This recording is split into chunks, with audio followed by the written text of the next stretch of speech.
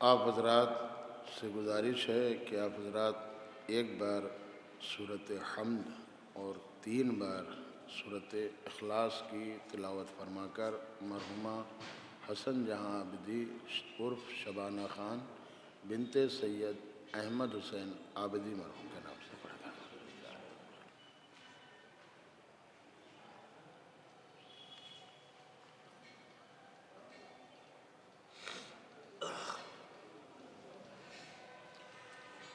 فاتحہ۔ بسم اللہ۔ اعوذ باللہ من الشیطان اللعین الرجیم۔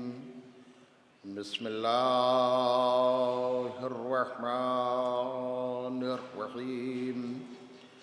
الحمد للہ رب العالمین والصلاة والسلام علی اشرف الانبیاء والمرسلین وخاتم النبیین وطہٰ ویاسین ومولانا ومولا الثقلین امام الحرمین صاحب کعبہ قوسین جد الحسن والحسین ابی القاسم محمد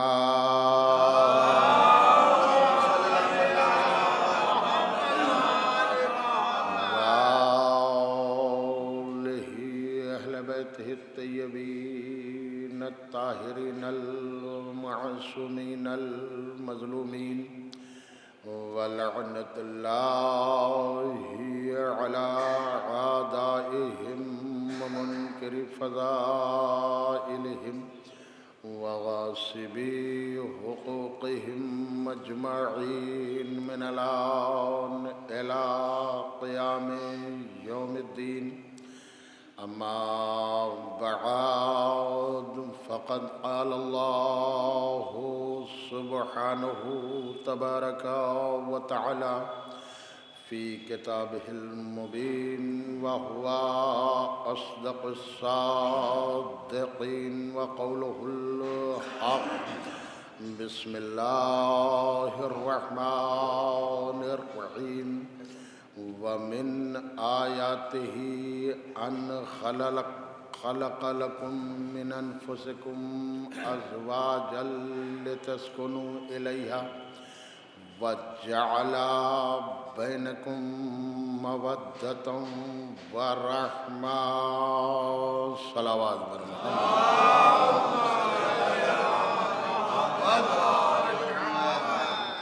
محترم سامعین و برادران ایمانی، ایک مرحومہ کے ایصال ثواب کی مجلس ہے، لہذا اسی مناسبت سے قرآن کریم کے سورۃ روم کی بڑی مشہور و معروف آیت کریمہ، قرآن کا یہ پہلا اور آخری سورہ ہے جس کا نام اللہ نے ایک کنٹری کے نام پر، ایک ملک کے نام پر، ایک دیش کے نام پر رکھا، جسے سورہ روم کہا جاتا ہے۔ اس کے یہ مشہور و معروف آیت کریمہ ہے۔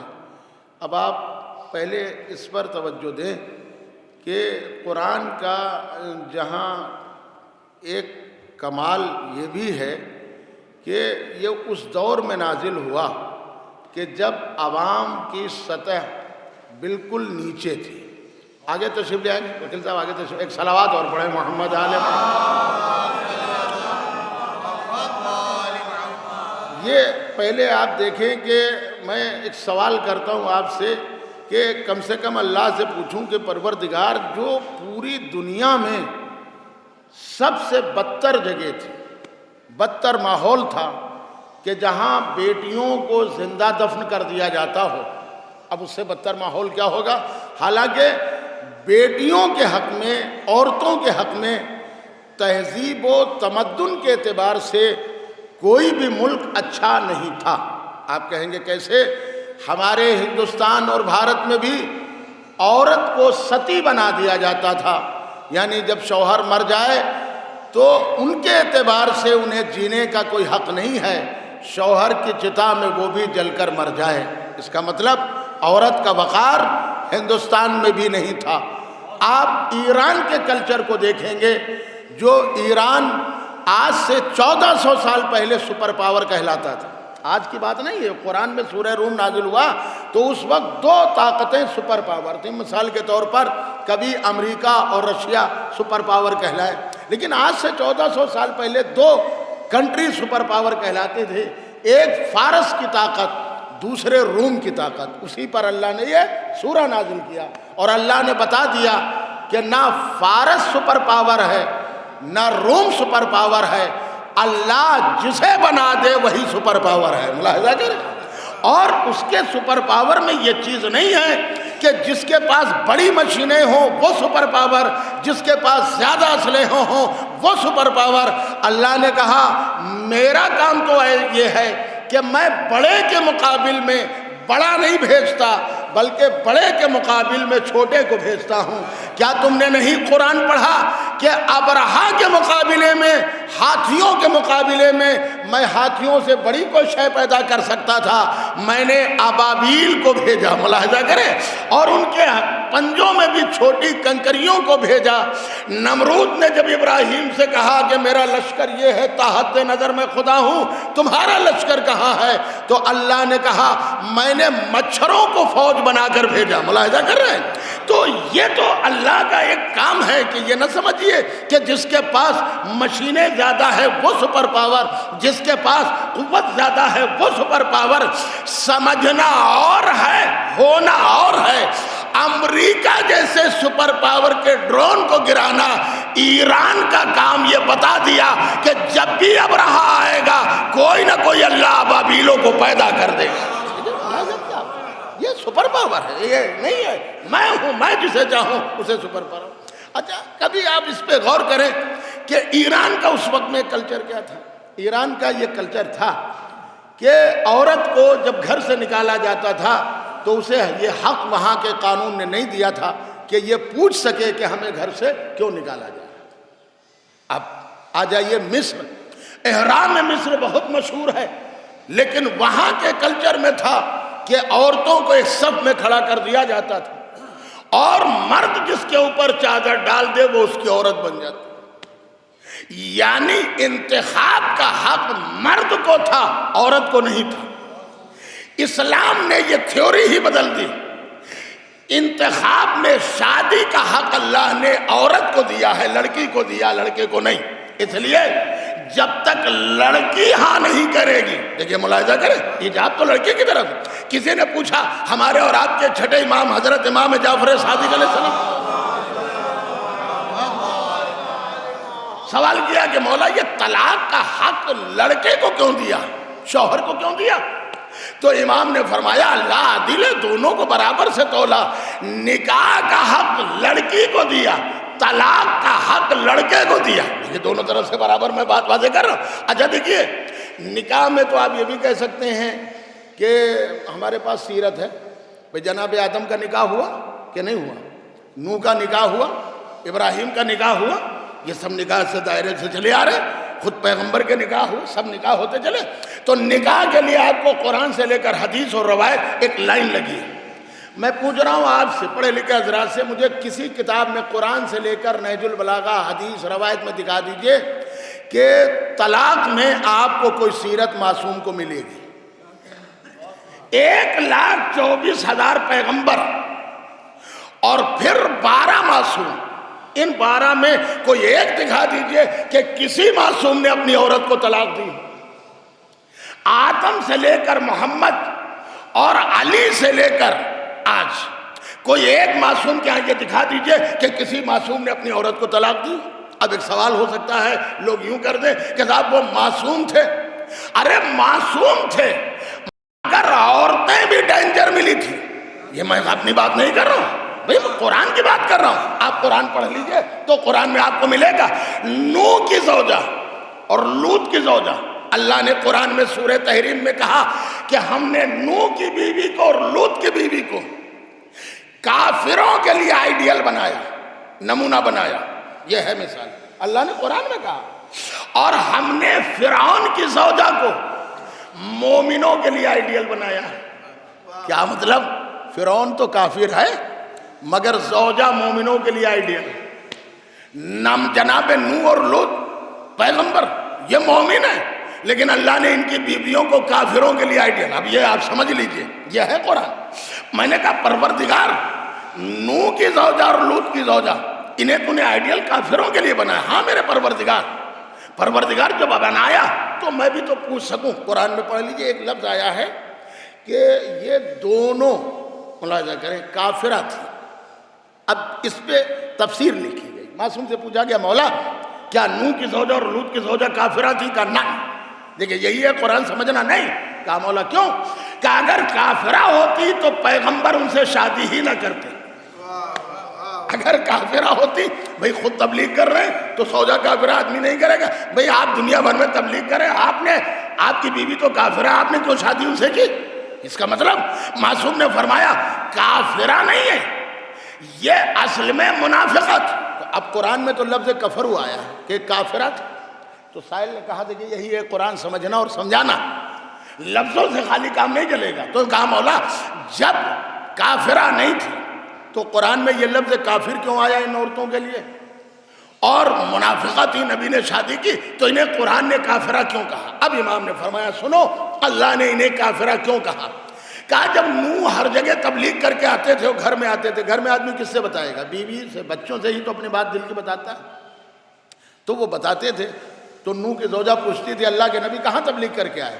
تو کہتے تھے میں فلاں جگہ گیا تھا، شہر نینوا میں. یہ تبلیغ کرتے تھے. شہر نینوا جو آج کربلا اور کوفے کا علاقہ کہا جاتا ہے، اور وہیں سے طوفان بھی آیا تھا. مسجد کوفہ میں آج بھی وہ جگہ جو حضرات زیارت کرنے جاتے ہیں.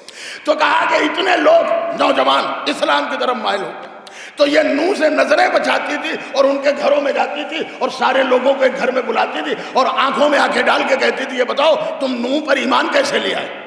کہا ہم کیا کریں، اس نے وحدت کا پرچار ہی کچھ اس شان سے کیا. اسی لیے کتابوں میں ہے لکھنے سے زیادہ بولنے کا اثر ہوتا ہے. اس لیے کہ لکھی ہوئی بات انسان اکثر بھول جاتا ہے، لیکن جب کوئی سنتا ہے کسی ماحول میں تو کہتا ہے کہ صاحب میں نے 50 سال پہلے فلاں عالم کی تقریر سنی تھی، اس کا جملہ مجھے یاد ہے. ہو سکتا ہے کتاب پڑھیں تو آپ بھول جائیں، مگر جو سن لیا وہ ذہن کے طریقے میں محفوظ ہو گیا. تو کہا ہم کیا کریں؟ وہ نبی تبلیغ ہی ایسی کرتا تھا کہ ہمارے دلوں میں بات اترتی چلی گئی اور ہم نے اللہ کو مان لیا. تو اب کیسے برگلاتی تھی؟ کہا کیسے تم نے اس خدا کو مان لیا جس نوح کا خدا دکھائی بھی نہیں دیتا اور نظر بھی نہیں آتا؟ کیا اپنے ان خداؤں کو بھول جاؤ گے؟ یہ ہمارے باپ دادا انہی بتوں کو پوجتے چلے آئے تھے اور تم انہیں چھوڑ کر ان کو خدا کو مان رہے ہو. اور نوح کو ہم سے بہتر کون جانتا ہے؟ نوح ایک دیوانے ہیں، ان کے کہنے میں نہ آنا. وہ ایک دیوانے، ایک پاگل ہیں. قرآن پڑھ لیجئے. اللہ نے کہا میں نے نوح کی زوجہ کو اس لیے کافرہ کہا کہ اس نے میرے نبی کے ذہن پہ شک کیا. اب مجھے نہیں معلوم کہ آپ کہاں سن رہے ہیں اور کیسے سن رہے ہیں.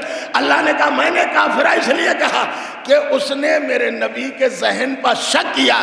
لیجئے قرآن نے مہر لگا دی، چاہے زوجہ ہو یا اور کوئی صحابی اگر نبی کے ذہن پہ شک کرے گا تو منافق بھی وہی ہوگا، کافر بھی وہی کہلائے گا. ایک صلوات پڑھیں محمد آل محمد. تو یہ عورتوں کا سماج تھا.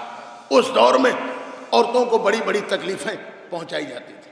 خود پیغمبر جب آئے تو آنے کے دور میں سب سے بڑا مسئلہ بیٹیوں کو زندہ دفن کر دیا جاتا. یہ کوئی خاندان والے نہیں دفن کرتے تھے، خود باپ کرتا تھا. اب پیغمبر نے یہ رسم کو کیسے توڑا؟ یاد رکھیے گا میں نے اس جمعے کے بھی خطبے میں کہا تھا کہ پیغمبر نے بتوں کو توڑ دیا، لیکن آپ کو بھی بت توڑنا ہے. یہ نہیں ہے وہاں پوچھا جائے گا بت شکنی کے بغیر آپ کو بھی جنت کا دروازہ نہیں ملے گا. کیا ہے وہ دور؟ وہ تھا کہ جب پیغمبر نے بتوں کو توڑا تھا. آپ کو سماج کے بتوں کو توڑنا ہے، ملاحظہ کریں، سماج کے بتوں کو توڑنا ہے۔ سماج کا بت بڑا اہم ہوتا ہے، یہ یاد رکھیے گا، سماج کے بت بڑے اہم ہوتے ہیں۔ تو سماج کے بتوں میں سے ایک مسئلہ یہ بھی ہے کہ کل بیٹیوں کو زندہ دفن کیا جاتا تھا، آج اس مال کی وجہ سے بیٹی کی شادی ہی نہیں ہو پاتی، اتنی تیاری نہیں۔ تو یہ آپ دیکھ لیجئے کہ یہ جہیز بھی ایک قسم کا بت بن گیا۔ میں یہ نہیں کہتا کہ آپ نہ دیجئے، آپ جو دل چاہے دیجئے، مجھے اس سے کوئی مطلب نہیں، لیکن اتنی احتیاط کیجئے کہ ہمارے پیچھے آنے والی نسلیں اور ہیں۔ جب ہم لوگ شادی اور جہیز میں ہی زندگی بھر کی کمائی لٹا دیں گے تو اپنی اولادوں کو ایجوکیشن میں ہم آگے کیسے بڑھائیں گے؟ یہ یاد رکھیں گا، بڑا اہم مسئلہ۔ اب پھر میں آپ کی خدمت میں عرض کر دوں، ہمیں سیرت پیغمبر سے کام ہے یا دنیا سے کام؟ پیغمبر نے جب اپنی بیٹی فاطمہ زہرا صلوات اللہ علیہا کی شادی کی تو کس سے کی؟ کائنات کے سب سے بڑے بہادر سے شادی کی۔ اس کا مطلب رشتے میں آپ کو بہت سی چیزیں دیکھنا ہوں گی۔ یہاں لفظوں کو بدل کر کہہ دوں کہ کائنات کے سب سے بڑے متقی و پرہیزگار سے شادی کی۔ اس کا مطلب پرہیزگاری بھی ہو، اسی لیے نبی نے فرمایا جب رشتہ دیکھو تو ایک بات کا خیال رکھنا کہ وہ پرہیزگار ہے کہ نہیں۔ اگر پرہیزگار ہے تو بھلے دولت میں کم ہے شادی کر دو۔ پوچھا گیا مولا کیوں؟ کہا اس لیے کہ اگر پرہیزگار ہوگا تو وہ تمہاری بیٹی پر ظلم نہیں کرے گا۔ یہ معصوم کی تھیوری ہے، معصوم نے بیان۔ اور دولت کے لیے ابو طالب نے خطبے میں کہا کہ یہ دولت کیا ہے؟ ڈھلتی ہوئی دھوپ ہے، اترتی ہوئی چھایا۔ آج یہ دولت مند، کل وہ دولت مند، پرسوں وہ دولت مند۔ اب میں دونوں تاریخ کی شادی کے اعتبار سے آپ کی خدمت میں عرض کر دوں، کائنات کی سب سے بڑی اس دور کے عرب کی دولت مند خاتون کا نام ہے خدیجہ بنت خویلد۔ ان کے لیے دور جہالت میں قاضی ثناء اللہ صاحب عالم اہل سنت، آپ ان کی کتاب پڑھ لیجئے، انہوں نے لکھا جہالت کا جب دور تھا تب بھی خدیجہ کو طاہرہ کہا جاتا تھا اور ملکۃ العرب کہا جاتا تھا۔ طاہرہ ہونا بہت مشکل مسئلہ ہے، لقب ملنا، یعنی یوں سمجھ لیجئے کہ خدیجہ دور جہالت میں طاہرہ کہلاتی تھی اور ملکۃ العرب۔ تو جس کی ماں ہی طاہرہ ہو، اگر اس کی بیٹی طاہرہ کہلائے تو یہ تعجب کی بات کیا؟ دور جہالت میں یہ طاہرہ کہی جاتی تھی اور ملکۃ العرب کہی جاتی تھی۔ اب ملکۃ العرب سن لی، عرب کی ملکہ، ملکہ کس کو کہتے ہیں؟ جو حاکم بھی ہو، دولت بھی جس کے پاس، اتنی دولت کہ سارا بزنس خدیجہ کے کنٹرول میں تھا۔ پورا عرب بزنس جو کرتا تھا خدیجہ سے مال لیتا تھا، وہ بیچتا تھا، منافع ہوتا تھا، یہ اتنا ان کا ہے، اتنا ان کا۔ آپ سوچ لیجئے اس وقت خدیجہ سے بڑا کوئی بزنس مین نہیں تھا۔ یہ اسلام نے واضح کیا ہے کہ بزنس کرتے جاؤ گے آگے بڑھتے جاؤ گے۔ اسی لیے چھٹے امام جعفر صادق علیہ السلام نے فرماتے ہیں کہ تم بزنس کرو، تجارت کرو، ورنہ تم ذلیل کر دیے جاؤ گے۔ اچھا کچھ چیزیں ہمارے ہاں بیان کر دی گئی، یہ ممبر ہے جیسے آپ بیان کریں۔ نے کل بھی مجلس میں مسجد نور محل میں عرض کیا تھا کہ ہم نے تو کر دیا مولا کو غریب۔ اجی مولا غریب تھے، میں کہتا ہوں ان کے منہ میں خاک ہو جو یہ کہیں کہ مولا غریب تھے۔ اب ہم تاریخی پس منظر میں، میں یوں ہی نہیں کہہ رہا ہوں، پہلی چیز امام حسن کے دسترخوان پہ کتابوں میں ہے کم سے کم روزانہ 100 آدمی ہوتے تھے۔ میں پوچھ رہا ہوں جو روزانہ 100 آدمیوں کو کھلائے اس کا شمار غریبوں میں ہوگا یا مالداروں میں ہوگا؟ جو 100 آدمیوں کو روزانہ کھانا کھلاتا ہوں۔ اور آپ تاریخ اٹھا کر دیکھ لیجئے مدینے کی کہ امام حسین علیہ السلام نے جو سفر کیا ہے اپنے گھر سے کھانے پینے کی چیزیں فراہم کر کے چلے ہیں، کربلا تک کمی محسوس نہیں ہوئی۔ پھر میں عرض کر رہا ہوں تاریخ نہیں، نہج البلاغہ دیکھ لیجئے کہ مولا علی کے پورے زمینوں کے باغات، زمینیں تھیں باغات۔ یہ الگ بات ہے کہ یہ کھلانے والا خاندان تھا، کھانے والا خاندان نہیں تھا۔ اسی لیے ہمارے اور آپ کے دوسرے امام حضرت امام حسن علیہ السلام نے ارشاد فرمایا ہمیشہ کھلانے کی عادت پیدا کرو، اس لیے جو کھلاتا ہے وہ سردار ہوتا ہے۔ ملاحظہ کریں، جو کھلاتا ہے، اگر سرداری چاہتے ہو تو لوگوں کو کھانا کھلایا کرو۔ تو عزیزوں بات کہاں سے کہاں تک پہنچ گئی؟ جناب خدیجہ یہ عرب کی ملکہ کہلاتی تھی اور ان کے پاس دولت بے شمار تھی۔ ان سے بہت سے لوگوں نے رشتے بھی دیے تھے۔ ہر آدمی چاہتا ہے کہ بڑے گھر میں شادی ہو جائے، اچھا تو سب کے رشتوں کو تو ریجیکٹ کر دیا، نامنظور۔ اب یہ سوچ رہے تھے خدیجہ شادی آخر کریں گے کہاں؟ لیکن میں کہہ رہا ہوں کہ خدیجہ نے شادی کیوں نہیں کی کسی سے؟ بڑے بڑے رشتے آئے، رشتے آئے۔ دو ہی جگہ ایسے ہیں کہ جہاں رشتے زیادہ آئے، یا تو خدیجہ کے لیے رشتے زیادہ آئے، یا تو فاطمہ زہرا کے لیے رشتے بہت آئے۔ تاریخ آپ اٹھا لیجئے، ایک صحابی آئے گا، سرکار میں چاہتا ہوں، نبی نے فرمانے کا سرکار میں اگر آپ کہیں یہ مدینے کی زندگی ہے، میرے گھر میں اتنی دولت ہے، یہ ہے وہ ہے، اتنے اونٹ ہیں، اتنی بھیڑیں ہیں، نبی نے کہا مجھے دولت کی تمنا نہیں ہے، مجھے یہ دیکھنا ہے کہ فاطمہ زہرا کے لائق کون ہے۔ ملاحظہ کریں یہ رشتہ۔ اچھا پھر ہمارے ہاں دیکھیے کچھ باتیں چلی ہیں۔ کیا باتیں چلی ہیں؟ ان کا صاحب رشتہ اللہ اوپر سے بنا کر بھیجتا ہے، بنا کر نہیں بھیجتا ہے کہ تم وہی کرو۔ اگر رشتہ اللہ وہی سے بنا کر بھیج دے تو پھر طلاق کیوں ہو؟ اس کا مطلب اللہ کے بنائے ہوئے رشتے بھی ریجیکٹ ہوتے؟ ارے سوچئے گا بھی نہیں۔ اللہ نے قرآن میں یہ کہا ہے کہ میں نے جوڑے بنائے ہیں۔ ملاحظہ کریں، میں نے جوڑے بنائے ہیں۔ اب جوڑوں تک پہنچنا یہ تمہارا کام، نسبت تک پہنچنا تمہارا کام ہے، ورنہ اللہ کی طرف سے جو رشتہ ہو جائے تو اس میں طلاق کی نوبت نہیں۔ میں کہتا ہوں کائنات میں ایک ہی رشتہ وہ ہے کہ جو وہاں بنا، ایک رشتہ۔ آپ کہیں گے کون؟ وہ ہے علی و فاطمہ کا رشتہ۔ تاریخ آپ اٹھا لیجئے، قرآن اٹھا لیجئے، وہ وہاں رشتہ بنا۔ اور آپ کہیں گے کیسے؟ یہی ایک شادی ہے جس کے دو نکاح ہوئے، فرش پر بھی ہوا، عرش پر بھی ہوا۔ اور یہی وہ شادی ہے کہ جس کے لیے وہاں سے رشتہ لے کر جبریل آئے، اور کس کے پاس آئے ہیں؟ محمد کے پاس۔ اور پیغمبر کو سلام کیا اور کہا اللہ کے رسول خالق کہہ رہا بیٹی کی شادی نہ کریے گا اس لیے کہ معصومہ ہے، جب تک معصوم نہ ہو برابر کا۔ دیکھیں معصوموں میں بھی فرق ہے، آپ کہیں گے معصوم نہ ہو برابر کا۔ پیغمبر کی حدیث سنیے، فرماتے ہیں کہ یا علی اگر تم نہ ہوتے تو میری بیٹی فاطمہ کا کوئی کفو نہ ہوتا، چاہے وہ آدم ہو یا آدم کے علاوہ کوئی اور نبی۔ اب شہید دستغیب شیرازی نے لکھا کہ اگر آدم سے لے کر عیسیٰ تک ہر نبی زمانے فاطمہ زہرا میں ہوتا تو کسی نبی میں اتنی اہلیت نہیں تھی کہ وہ فاطمہ زہرا کا ہمسر بن پاتا۔ اب اتنا تو سمجھ میں آ رہا ہے کہ اب جو فاطمہ کا ہمسر بنے گا وہ آدم سے بھی افضل ہوگا، نوح سے بھی افضل ہوگا، موسیٰ سے بھی افضل۔ صلوات پڑھے محمد علیہ محمد۔ اچھا رشتہ یہ دنیا کا واحد رشتہ ہے جو ہم سری پہ ہوا۔ اور اسی لیے دیکھیے ہمارے ہاں ایک مرحومہ کے سال ثواب کی مجلس ہے، ہر رشتے میں دو ہیں۔ مثلا اردو میں اس کو بولتے ہیں مذکر و مؤنث۔ جتنے رشتے ہیں اس میں مذکر کا نام پہلے آتا ہے، میل کا نام پہلے آتا ہے، فیمیل کا نام بعد میں آتا ہے۔ مثلا میاں بیوی، میل کا پہلے نام، فیمیل بعد میں۔ اچھا باپ بیٹی، بیٹی باپ نہیں کہا جاتا ہے، باپ بیٹی، میل پہلے۔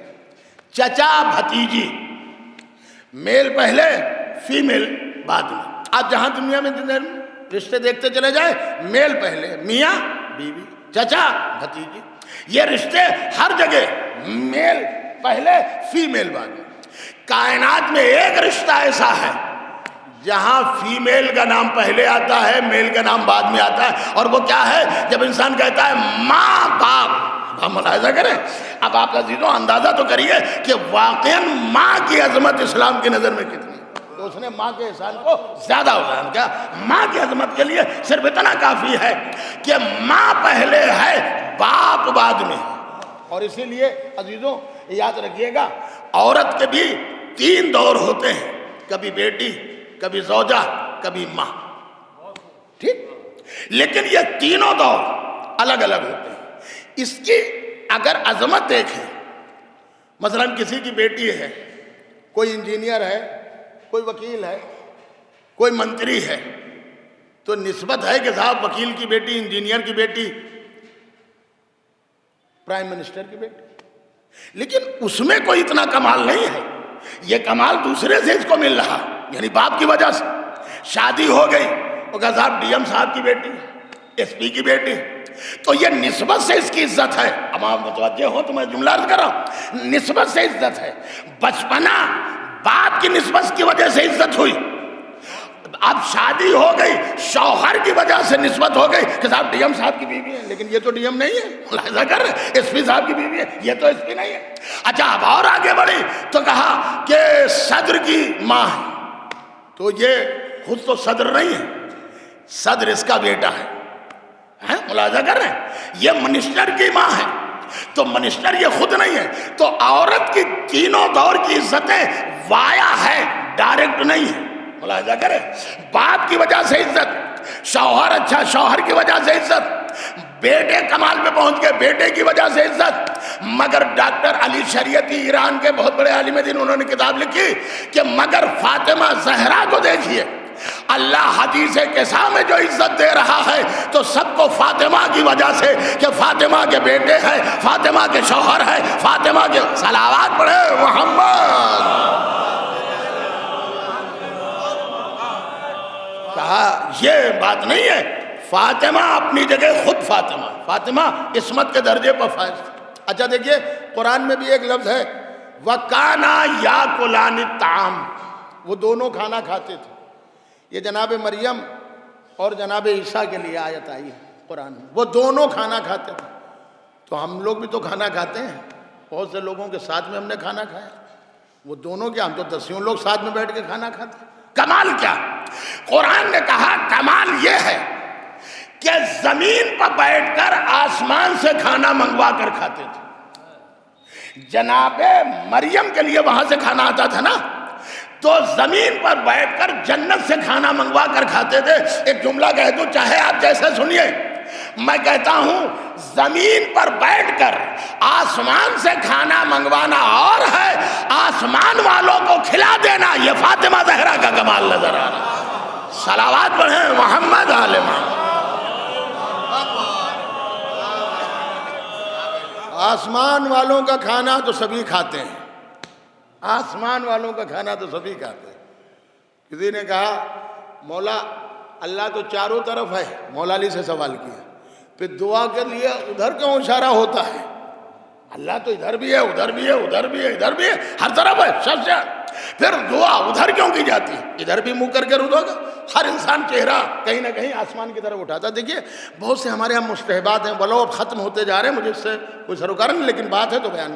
مسجدیں آپ نے دیکھی ہوں گی، پہلے مسجدوں میں صحن ضرور ہوتا تھا، کچھ مجبوریاں آ گئی ہر انسان کے لیے. تو یہ مسجدیں میں صحن کیوں ہوتا تھا؟ مثلا زیارت پڑھی جائے تو حکم شریعت یہ مستحبات میں سے کہ زیر آسمان پڑھیے. دعا بھی مانگی جائے تو زیر آسمان، وہ جلدی قبول ہوتی. اچھا مجبوری ہے کہ جگہ اتنی ہی ہے، نمازی زیادہ ہے، تو اسی مسجد کو کئی منزلات بنا دیے، تو آپ ظاہر سی بات ہے کہ صحن تو نہیں ہے آپ کے پاس. لیکن جو دعا کے اصول ہیں وہ اپنی جگہ نہیں ہٹ سکتے. اس لیے حکم شریعت ہے کہ جو دعا مانگی جائے وہ زیر آسمان دعا مانگی جائے، وہ جلدی قبول. تو اس نے کہا مولا یہ آسمان کی طرف رک کر کے ہاتھ اٹھا کے دعا کیوں مانگی جاتی ہے؟ تو امام نے فرمایا وہ اس لیے کہ پانی آسمان سے ہی نازل ہوتا ہے، اور پانی برسا تو رزق ہوا.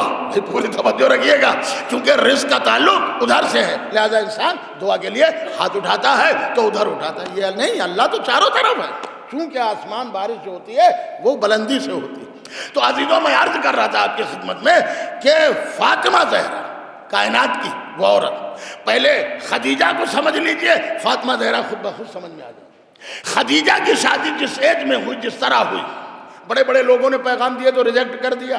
اب لوگ سوچ رہے تھے دیکھیں اب کریں گی کہاں کریں گی، کسی نہ کسی سے تو کریں. اچھا یہ بھی کتاب پڑھ لیجئے کہ پورا عرب غریبوں میں شمار ہوتا تھا، خدیجہ مالداروں میں شمار ہوتی تھی. الگ الگ مسائل تھے، اور خدیجہ آ گئی نبی کی دور میں. تو یہ باپ کا مال نہیں تھا، یہ ان کے بزنس کا اپنا مال تھا. جب آئیں تو ساری دولت لے کر آئیں.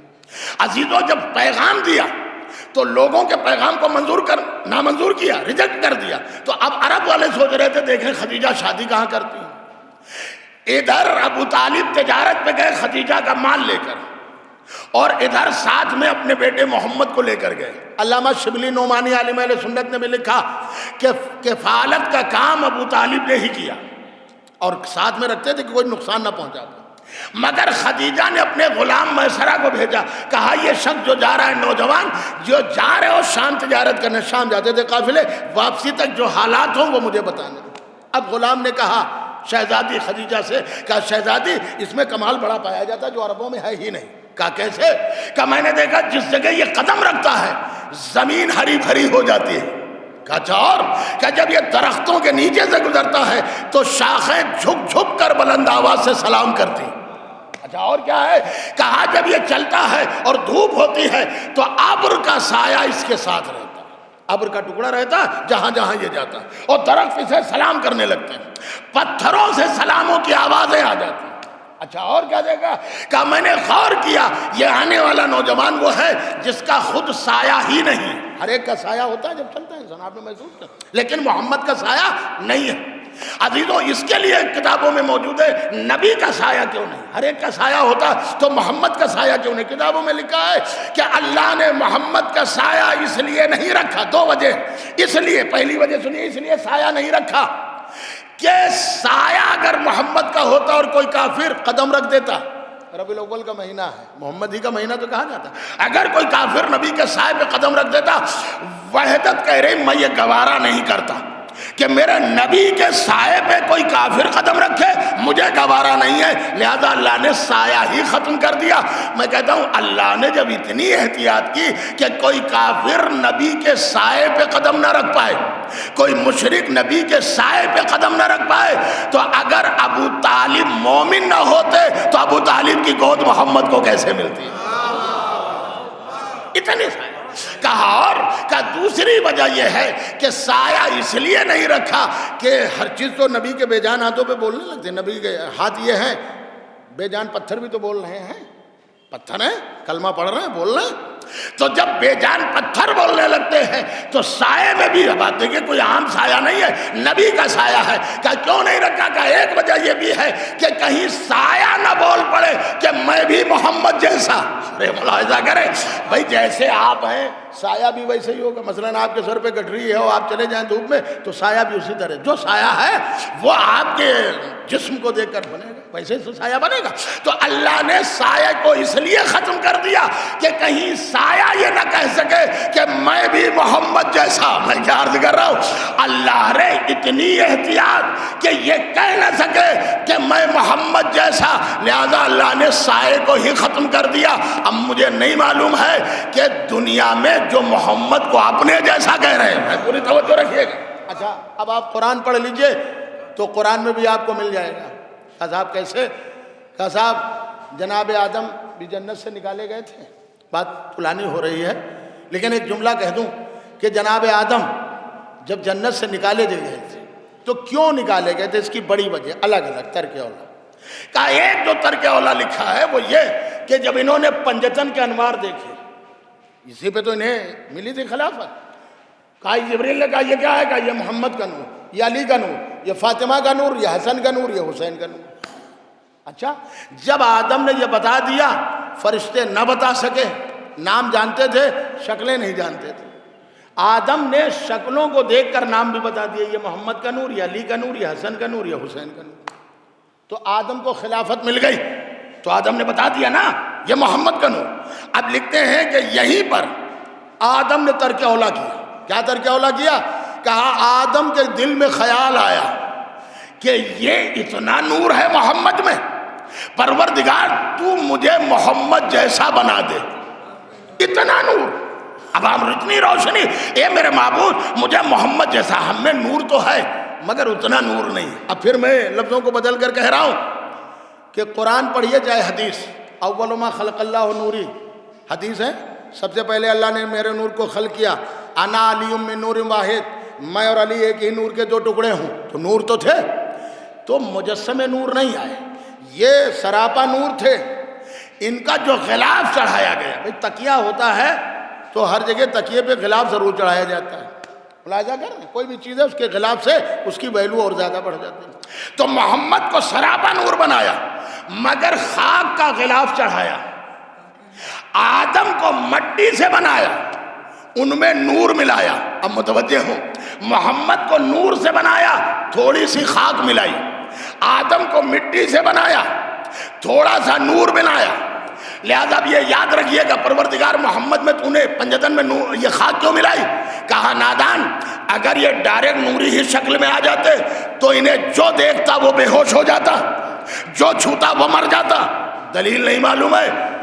یہ اگر اپنے نور دکھانے پائے تو یہودی عورتیں بے ہوش ہو جائیں۔ میں کیا عرض کر رہا ہوں، کہاں سن رہے ہیں؟ یہودی عورتیں بے ہوش ہو جائیں اور دلہن مردہ ہو جائے۔ دیکھا کیا تھا؟ ان کا نور ہی تو دیکھا تھا اور تو کچھ نہیں۔ تو اگر یہ مجسم نور میں آ جائے تو جو دیکھے وہ بے ہوش ہو جائے، جو چھوئے وہ مر جائے۔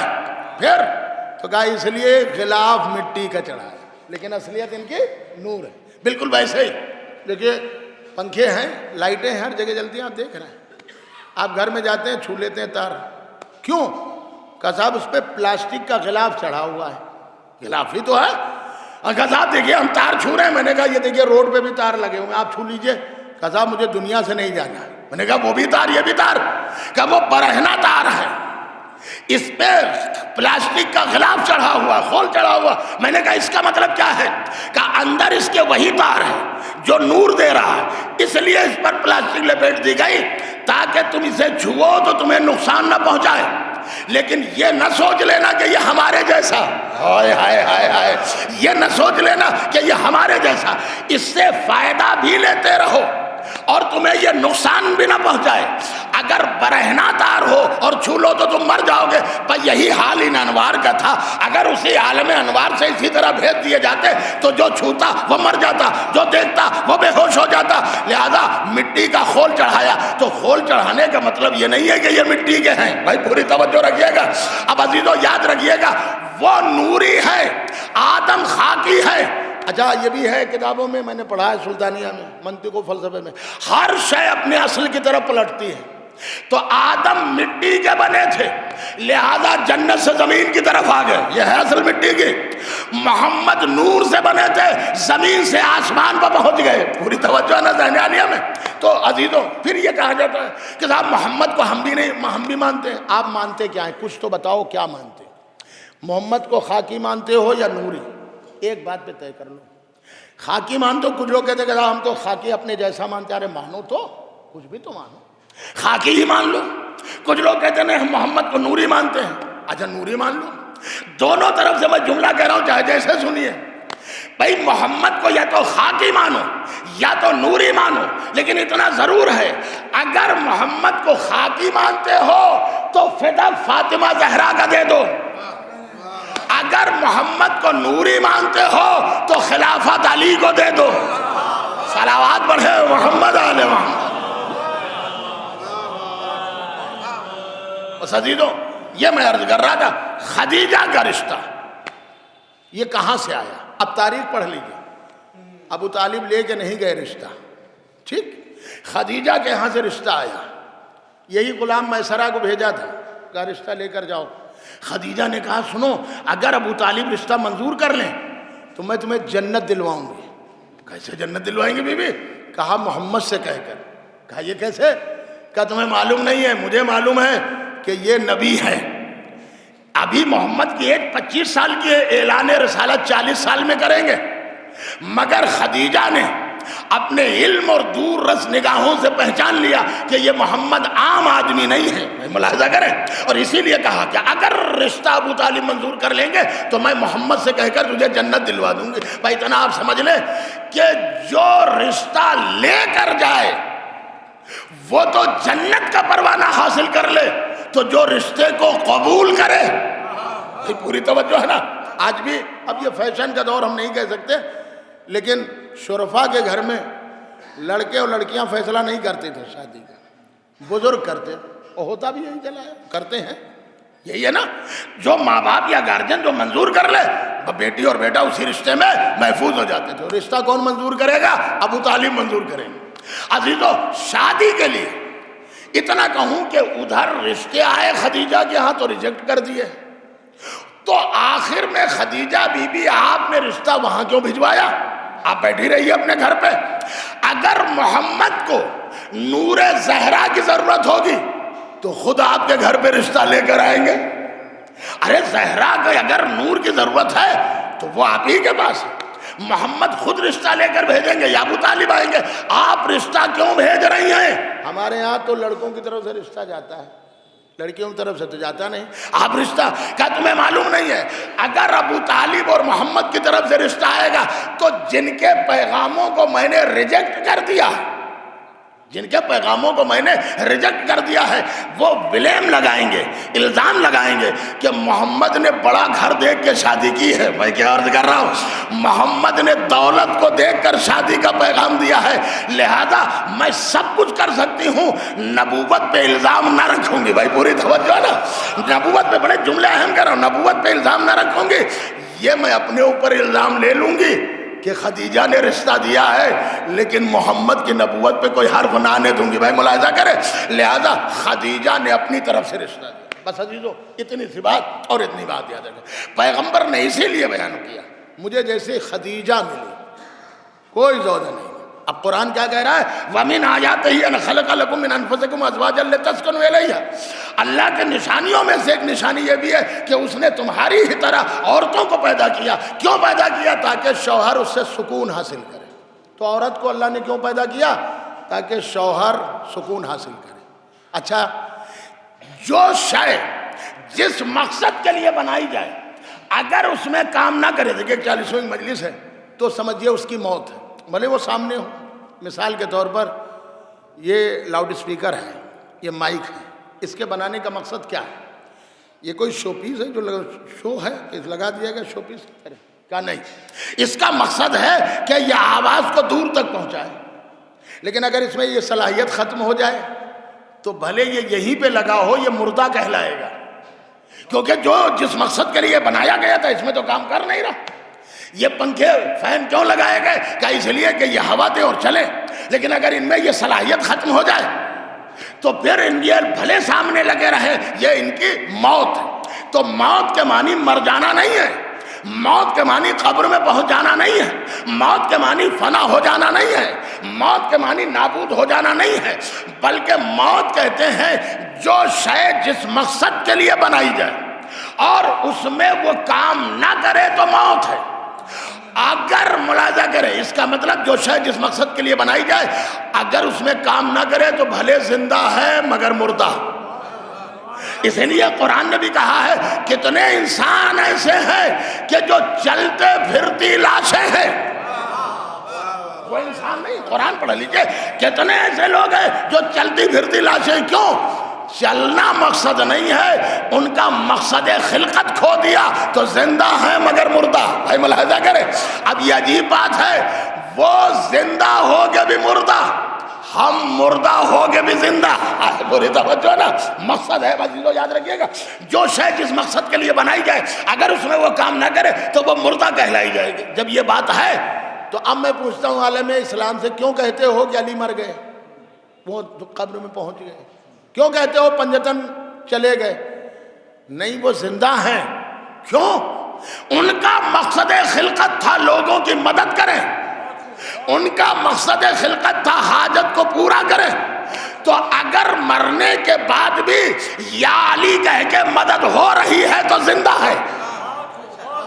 اگر مرنے کے بعد بھی دعا کو قبول کر رہے تو وہ زندہ ہے. ہمارے ہاں مردے کا کوئی تصور ہی نہیں ہے. مردہ وہ کہلاتے ہیں جن کا وارث نہیں ہوتا. آپ کہیں گے کیسے؟ ایک مکان میں نے دیکھا کھنڈر ہو گیا، بہت کھنڈر، کوئی بنانے والا نہیں. میں کہا یہ کس کا تھا؟ فلاں صاحب کا تھا، اور وہ ان کے کوئی ہے ہی نہیں، خاندان میں بھی نہیں ہے مکان، یہ اس لیے پوزیشن جانا. میں نے ایک بچے کو دیکھا، بڑی کنڈیشن اچھی نہیں تھی، بال الجھے ہوئے، کپڑے بھی معمولی، پیروں میں نالیں، نہیں چلا. میں نے کہا یہ کیا ہے؟ کہا یہ بچہ یتیم ہے. تو اس کا مطلب یہ ہے کہ جس کا کوئی وارث نہیں ہوتا اس کے حالات بھی خراب ہو جاتے ہیں، وہ ایک نہ ایک دن چیز مٹ جاتی ہے. یہ ہمارا 1400 صدیوں سے ظلم کا مقابلہ کرنا اور پھر اسی حالت پر باقی رہنا بتاتا ہے کہ کوئی وارث ہے۔ اچھا اب آپ ملاحظہ کریں، میں کہہ رہا ہوں ہم ان کو کیا کہیں، ہم جن مرحومہ کے اصالِ ثواب کی مجلس ہے، میں نے انہیں دیکھا نہیں نہ میں مجھے جانتا ہوں، بس یہ معلوم ہے کہ یہ رشتہ ہے، یہ ہے، لیکن کیا نماز میت نہیں ہوئی تھی؟ کہ صاحب نماز میت ہوئی، آگے آپ نے موجود نماز میت میں کیا پڑھا آپ نے؟ کہ صاحب اللہم انا لا نعلم منہ الا خیرا، نماز میت میں 5ویں تکبیر پڑھی جاتی، اس لیے معصوم نے فرمایا یہ 5ویں تکبیر ولایت کی تکبیر ہے۔ کیا؟ اللہم انا لا نعلم منہ الا خیرا وانت عالم بہ منا، پروردگار ہم مرنے والے کا خیر جانتے ہیں اور خیر کے علاوہ ہم کچھ نہیں جانتے ہیں۔ اب آپ بتائیے، ساجد بھائی اکثر آپ نے دیکھا ہوگا جو جس کے دوست ہوتے ہیں وہ بہت کچھ جانتے ہیں، یا بہت جگہ باپ اپنی اولاد کو جانتا ہے یا اولاد اپنے باپ، لیکن وہ بھی جب نماز پڑھیں گے کہیں گے ہم خیر کے علاوہ کچھ نہیں جانتے۔ جانتے تو بہت کچھ ہیں، تو یہ ہم جھوٹ بول رہے ہیں کہ نہیں بول رہے ہیں سر؟ اور ہم کیا کریں، شریعت بلوا رہی ہے، ہم تو جس کی نماز پڑھ رہے ہیں ہمیں اس کے بارے میں معلوم ہے، بہت کچھ معلوم ہے، آپ کو بھی معلوم ہوتا ہے نا، لیکن جب نماز پڑھیں گے تو یہی کہیں گے اللہم انا لا نعلم منہ الا خیرا وانت عالم بہ منا، پروردگار ہم مرنے والے کا صرف خیر جانتے ہیں اور خیر کے علاوہ کچھ نہیں جانتے۔ میں پوچھ رہا ہوں یہ جھوٹ ہے کہ نہیں؟ مگر شریعت کہہ رہی یہی کہو۔ اب میں نے کہا سرکار یہ کیا ہے، میں مرنے والے کا بہت کچھ جانتا ہوں، خوبی بھی اور عیب بھی، لیکن یہ جو شریعت کہہ رہی تکبیر میں اللہم انا لا نعلم منہ الا خیرا وانت عالم بہ، پروردگار ہم مرنے والے کا خیر جانتے اور خیر کے علاوہ کچھ نہیں جانتے، اللہ کے رسول یہ خیر کیا ہے؟ نبی نے مسکرا کے فرمایا میں تجھے خیر بتاتا ہوں، خیر سے مراد نہ اچھائی ہے، خیر سے مراد نہ برائی ہے، خیر سے مراد نہ نیکی ہے، خیر سے مراد نہ بدی ہے۔ تو میں نے کہا سرکار پھر یہ خیر کیا ہے؟ کہ اگر دنیا میں تم خیر العمل سمجھ گئے، ملاحظہ کرے، اگر دنیا میں حی علی خیر العمل سمجھ گئے تو یہ خیر بھی سمجھ جاؤ گے۔ اللہم انا لا نعلم منہ الا خیرا وانت عالم بہ منا، پروردگار ہم مرنے والے کا خیر جانتے اور خیر کے علاوہ کچھ نہیں۔ میں نے کہا سرکار خیر کیا ہے؟ نبی نے فرمایا، وہ مجھ سے کہہ رہے میں آپ سے کہہ رہا ہوں، آپ تصور میں آ جائیے۔ نبی نے فرمایا دیکھ ایک بڑا سا صحرا ہے، ملاحظہ کرے، ایک بڑا سا صحرا ہے اور صحرا میں منبر ہے، ملاحظہ کرے، بڑا سا صحرا، نام تو میں نہیں بتا رہا ہوں، بڑا سا صحرا ہے، صحرا میں منبر ہے، منبر پہ پیمبر ہے، پیمبر کے ہاتھوں پہ حیدر ہے، حیدر کے ہاتھوں پہ کائنات کا مقدر ہے۔ یہ نبی نے فرمایا کہ دیکھ وہیں پر یہ صدا گونجی تھی پہلی بار، حی علی خیر العمل، حی علی خیر العمل، یہی تو آوازیں آئی تھی۔ مجمع رک گیا، میں نے علی کی ولایت کا اعلان کر دیا، من کنت مولا ہو فہذا علی مولا۔ اب یہ جب مر گیا تو اس کے بارے میں یہ تم سے نہیں پوچھا جا رہا یہ کیسا، یہ وہ جان رہا ہے۔ بھائی ملاحظہ کرے، تمہیں بتانے کی ضرورت نہیں ہے، تمہیں کہنے کی ضرورت نہیں ہے، تو پھر یہ کیا ہے کہ صرف یہ اس بات کی گواہی دینا ہے تمہیں، ورنہ کوئی باپ بھی اپنے بیٹے کی گواہی نہ دے پاتا، بیٹا بھی اپنے باپ کی گواہی۔ پروردگار اللہ کے رسول کیا کہنا ہے کہ صرف اتنا سمجھ کے کہنا ہے کہ پروردگار ہم مرنے والے کے بارے میں کچھ نہیں جانتے، مجھے کچھ نہیں معلوم، لیکن اتنا یقینی ہے، اتنا کنفرم کر کے کہہ رہا ہوں کہ مرنے والے کا رشتہ غدیر سے تھا، ثقیفہ سے نہیں تھا۔ بس صلوات پڑھیں محمد علیہ۔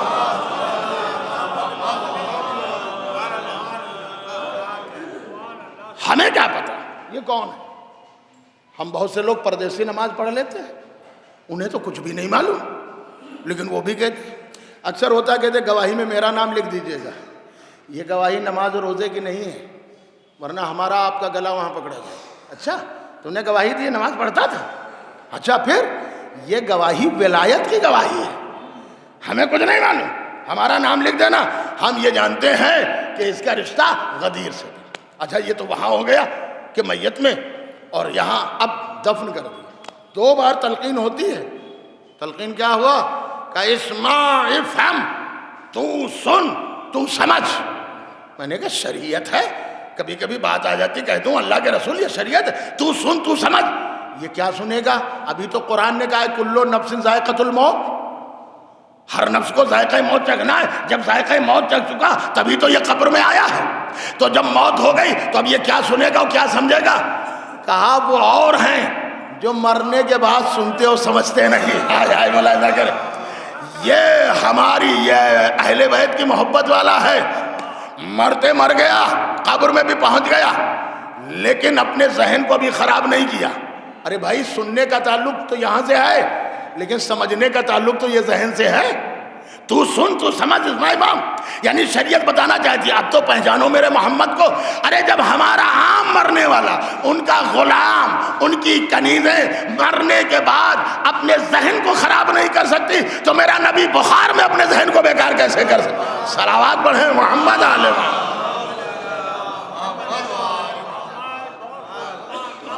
چھٹے امام فرماتے ہیں قبر میں تمہارا کوئی نہیں ہوگا، الگ الگ کنڈیشن ہوتی ہے۔ مال تو مجھے کیا دے گا؟ بڑی مشکلوں سے کمایا ہے، تجھے حاصل کیا ہے، جائز و ناجائز سب طرح۔ وہ کہتا کچھ نہیں، میں کفن دے سکتے ہیں ہم، اس کے علاوہ آپ کے پاس کچھ نہیں۔ اولاد تو کیا دے گے؟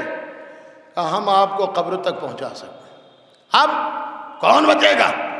دو لوگ قبر میں پہنچیں گے، ایک اعمال، میں جاؤں گا قبر میں، اور ایک وہ جن کی محبت پہ اعمال ہے۔ دیکھیں میں نے جملہ یوں ہی نہیں کہا، اب آگے کتابیں ہیں، حدیثیں ہیں، کہتے ہیں کہ قبر میں بہت بڑے آیت اللہ نے بھی لکھا، وہ انہوں نے اپنا خواب لکھا کہ جب میں مر گیا خواب دیکھا تھا، تو کہتے ہیں ادھر ہاتھ میں لا رہا ہوں کچھ کاٹ رہا ہے، ادھر اندھیرا قبر میں۔ یہ عالم کی بات ہے، عوام کی نہیں۔ اسی لیے حساب میں یہ لوگ کہہ دیتے ہیں ارے جی کچھ نہیں ہوگا، میں کہہ رہا ہوں ہمارے تو سب کچھ ہوگا۔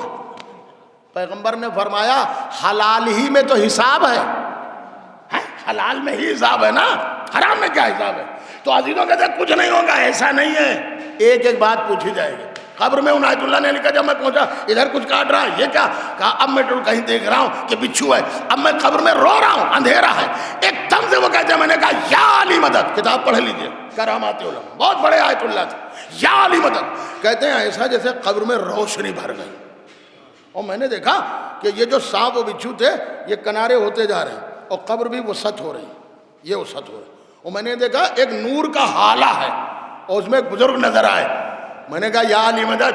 اب میں نے کہا میں تو پہچانتے نہیں تھا، آپ کون ہیں؟ کہ تو نے پہچانا نہیں، میں تیرا 8واں امام علی یہ رضا، صلوات پڑھے محمد۔ کہتا مولا میں پوچھا کہ مولا آپ یہاں؟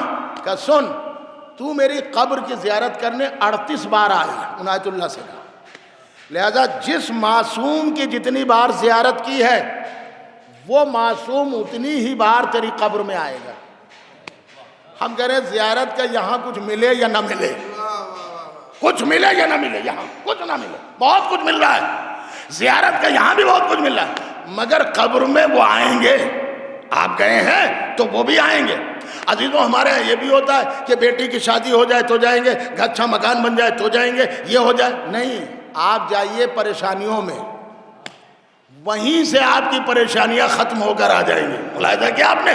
تو عزیزوں اب یہ جو انہوں نے لکھا آیت اللہ نے، تو یہ بات تو واضح ہو گئی۔ اب میں آگے بات بیان کر کے اسی پہ ربط مصائب دے رہا ہوں۔ کہا بتا رب کون ہے؟ دیکھیے سب بتاتے چلے گئے۔ عنایت اللہ نے اپنی سرگزشت لکھی ہے کہ میں جب قبر میں پہنچا تو جیسے ہی میں نے کہا تو دیکھا 5 لائٹیں جلی، 5 بلب، مگر انہوں نے لکھا کہ 4 تو ایسے جل رہے تھے جیسے 0 پاور والے سوتے بنگلہ چراغ کی طرح، اور ایک مرکری تھی، 2 یہ سرانے 2 پائیں تھی، اور سینے پہ مرکری بہت بڑی۔ تو میں نے کہا اچھا ہوا، دیکھیے جہاں اندھیرا ہو وہاں ایک چراغ بھی بہت ہے۔ میں نے کہا اچھا ہوا تم آگے، تم کون ہو؟ تو چراغ بولنے لگا تو نے پہچانا نہیں، میں تیری واجب نماز ہوں۔ تو نماز کا فائدہ یہاں جو بھی ہو مگر قبر میں یہ روشنی بن کے آئے گی۔ نماز یوں بھی پڑھیے کہ یہ قبر میں چراغ بن جائے گا، اندھیرے میں روشنی بن جائے گی۔ اچھا تم کون ہو؟ کہا میں تیرا واجب روزہ ہوں۔ اچھا میں نے 35 والے سے پوچھا چراغ تم کون ہو؟ کہا میں تیرا واجب حج ہوں۔ دیکھیے واجب حج تو آپ کو کرنا ہی کرنا، اللہ نے واجب کیا۔ اچھا تم کون ہو؟ کہا میں تیری زکوٰۃ ہوں جو واجب تو نے ادا کی۔ تو یہ چراغ، اور کہا کہ یہ تم تو چراغ ہو، روشنی، یہ سینے پہ بڑا مرکری ہے۔ کہا تمہیں پہچانا نہیں؟ یہ جو بڑا بلب بڑی روشنی ہے، یہ ہماری جو روشنی چراغوں میں دیکھ رہے ہو ہم میں کچھ روشنی نہیں ہے۔ کہا پھر؟ کہا ہمیں بھی یہی بڑی روشنی دے رہی ہے، اگر یہ روشنی نہ ہو تو مجھ میں بھی اندھیرا ہے۔ اب آپ سمجھے اگر نماز میں اہل بیت پہ درود نہ ہو، ہائے ہائے ہائے، ملاحظہ کریں، اہل بیت ہمیں جو نماز نے کہا ہمیں جو روشنی مل رہی ہے تو اسی روشنی سے، روزے نے کہا مجھے بھی اسی روشنی سے روشنی مل رہی ہے، حج نے کہا مجھے بھی اسی روشنی سے مل رہی ہے روشنی، اور زکوٰۃ نے بھی کہا اب وہ شخص آیت اللہ ہاتھ جوڑ دے، ایک بڑی روشنی، اب تو بتا دے، چاروں نے تو بتا دیا، اب تم کون ہو؟ کہ تو نے پہچانا نہیں، میں ولایت علی ہوں۔ ملاحظہ کیا آپ نے، میں ولایت، بس عزیزو ولایت علی، قبر میں روشنی ہے، بس۔ ایک مرحومہ کے سال ثواب کی مجلس ہے، عزیزو اتنا ضرور کہہ دوں کہ یہ دنیا کا دستور ہے کہ جب بھی کوئی مر جاتا ہے تو عزیز و اقارب تو بڑی بات ہے، محلے والے بھی آ جاتے ہیں، دوست و احباب بھی آ جاتے ہیں، یہ دنیا کا ایک دستور ہے کہ جب کوئی مر جائے تعزیت کے لیے، پرسے کے لیے، مگر میں کہتا ہوں ان کے لیے یہی کافی ہے، اہل بیت کے لیے، کہ ان پر مصیبتیں پڑیں مگر کوئی تسلی دینے والا نہیں۔ آپ سوچئے فاطمہ زہرا کا مرثیہ ہمارے ہاں ذاکرین میں پڑھتے ہیں، صبت لیہ مصائب لونہ، بابا آپ کے بعد مجھ پر وہ مصائب پڑے کہ اگر دنوں پر پڑھتے تو مثل تاریک رات کو، میں کہہ رہا ہوں یہی ایک مرثیہ عام طور سے پڑھا جاتا ہے، مگر فاطمہ زہرا کے کئی مرثیے کے شعر ہیں، یہی ایک شعر پڑھا جاتا ہے، مگر اس کے علاوہ فاطمہ زہرا نے اپنے بابا کی قبر پہ ایک اور مرثیے کا شعر پڑھا ہے، کہتی ہیں بابا آپ کے بعد میرا حال وہی ہو گیا ہے کہ جیسے کسی درخت سے پرندے کا آشیانہ اجاڑ دیا جائے تو پرندہ اسی درخت کا طواف کرتا ہے اور آوازیں لگاتا ہے، یہ آوازیں کیوں لگاتا ہے؟ یہ اس لیے کہ اپنی قوم والوں کو بتاتا ہے کہ ارے میرا درخت سے آشیانہ اجڑ گیا، ارے میرا درخت سے آشیانہ اجڑ گیا، اے بابا میرا حال مدینے میں وہی ہو گیا ہے۔ اللہ اللہ، بس عزیزو یہی وجہ ہے کہ کچھ لوگ مدینہ چھوڑ کر چلے گئے، بلال نے شام کی سکونت اختیار کر لی، اور ایک بار بلال نے خواب دیکھا کہ جیسے پیغمبر آئے، اللہ کے رسول کو دیکھا خواب، بلال بے چین ہو گیا، اللہ کے رسول کیا حال ہے؟ کہا بلال سب نے میرے اہل بیت کا ساتھ چھوڑ دیا تو تم نے بھی میرے اہل بیت کا ساتھ چھوڑ دیا۔ بس بلال نے رخت صبر باندھا، مدینے آ گئے، نبی کی بیٹی کو سلام کیا، کہا فاطمہ زہرا کی آرزو ہے، بابا کے مؤذن آ گئے ہو ایک بار اذان کہہ دو۔ بلال تیار ہوئے، مگر جب اللہ اکبر کہا زہرا کی نظروں میں زمانہ گونج گیا، بلال نے اشہد ان لا الہ الا اللہ کہا، اس کے بعد بلال نے اشہد ان محمد رسول اللہ کہا، بس فاطمہ زہرا نے بابا کا زمانہ یاد کیا اور ہائے بابا کہا، غش کھا گئی۔ فضا نے آواز دی اے بلال اذان کو روک دو، نبی کی بیٹی کو غش آ گیا، میں کہوں گا نبی کی بیٹی اے معصومہ، اے فاطمہ زہرا، اے ٹوٹی پسلیوں والی ماں، ارے ایک بابا کے مؤذن سے آواز اذان سنی، آپ برداشت نہ کر پائی، غش کھا گئی۔ ذرا سکینہ کو کربلا میں دیکھیے، ارے بابا کا سر نو کے نیزہ پہ ہے، سکینہ کے تازیانے لگائے جا رہے ہیں، سکینہ کے تماچے لگائے جا رہے ہیں، اے بی بی ذرا کربلا میں دیکھیے۔ بس عزیزو کتابوں میں میں نے پڑھا ہے کہ شہزادی زینب نے الگ الگ جگہ پر آوازیں دی ہے، چنانچہ جب بھیا کا لاشا پامال ہو رہا تھا تو شہزادی زینب نے نانا کو آواز دی ہے، اے نانا، ارے آپ کی نماز ملائکہ سماوات نے پڑھی لیکن آپ کا پیارا حسین کربلا کی جلدی زمین پر پڑا ہوا ہے، جسم کے ٹکڑے ہو چکے ہیں، لاش پر گھوڑے دوڑ رہے ہیں، اور عزادارو لیکن کتابوں ملتا ہے جب شام غریبہ آئی تو زینب نے بابا کو پکارا، اے میرے بابا، ارے میری مشکل کشائی کیجئے۔ اس کے آگے مقاتل نے لکھا ہے کہ جب خیموں میں آگ لگی اور شہزادی کے تازیانے پڑے تو شہزادی نے عباس کو پکارا، اے میرے غیرت دار عباس، جزاکم ربکم، خدا آپ کو کسی غم میں نہ رلائے، لیکن ہاں میں نے کتاب کتاب میں پڑھا ہے شہزادی نے 2 بار نانا کو آواز دی ہے۔ یہاں جب لاشیں پامال ہو رہے تھے، بھیا کا لاشا پامال ہو رہا تھا، تو شہزادی نے اپنے نانا کو یاد کیا۔ ایک دربار یزید میں اپنے نانا کو یاد کیا۔ جب تماشائیوں کا مجمع تھا، اللہ اللہ، یہی غم تو سجاد کو کھا گیا۔ جب کوئی کہتا تھا تو امام یہی تو کہتے تھے، کیا یہ بھی میراث ہے کہ میری ماں بہنیں رسن بستہ ہو؟ کوفہ و شام کا دربار، جزاکم ربکم اللہ۔ ایک مرحومہ کے احسان ثواب کی مجلس ہے، خدا ان مرحومہ کے درجات کو بلند فرمائے۔ عزیزو، شہزادی نامحرموں کے مجمع میں کھڑی ہے، ایک شرابی سے بات کرنا پڑ رہی ہے۔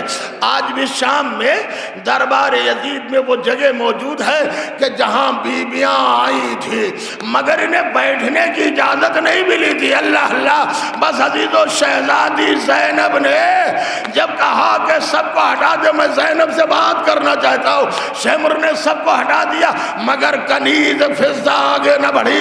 شمر نے تعزیہ نہ لیا مگر فضہ نے دیکھا کہ یزید کی طرف وہ میرے وطن کے رہنے والے ہیں، میری قوم کے رہنے والے۔ آواز دی، اے حبشیوں، تمہاری غیرت کہاں چلی گئی؟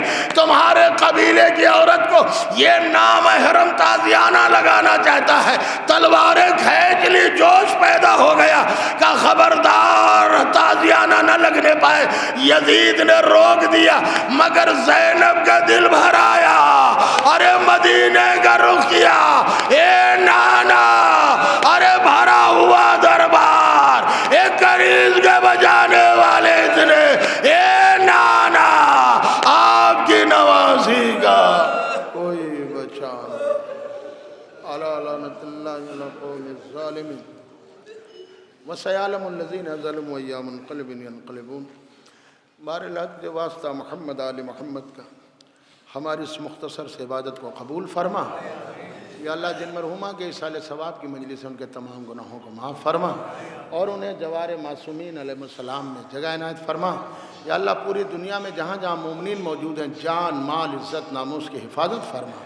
یا اللہ، حاضرین میں جتنے بھی مومنین دعا کے لیے ہاتھ اٹھائے ہوئے ہیں، سب کی دعاؤں کو قبول فرما۔ تمام مومنین اور خصوصاً حاضرین کو حج و زیارات سے مشرف فرما۔ یا اللہ، تجھے واسطہ محمد آل محمد کا جو مومنین بے اولاد ہیں ان سب کو اولاد صالح عطا فرما۔ یا اللہ، تجھے واسطہ محمد آل محمد کا جو مومنین بے روزگار ہیں انہیں روزگار عطا فرما۔ جن مومنین کے روزگار ہیں ان سب کے کاروبار میں ترقی عطا فرما۔ امام زمانہ کے ظہور میں تعجیل فرما۔ ایک آپ حضرات سے گزارش ہے کہ آپ حضرات 1 بار سورۃ حمد اور 3 بار سورۃ اخلاص کی تلاوت فرما کر مرحومہ حسن جہاں عابدی عرف شبانہ خان بنت سید احمد حسین عابدی مرحوم کے نام سے پڑھیں۔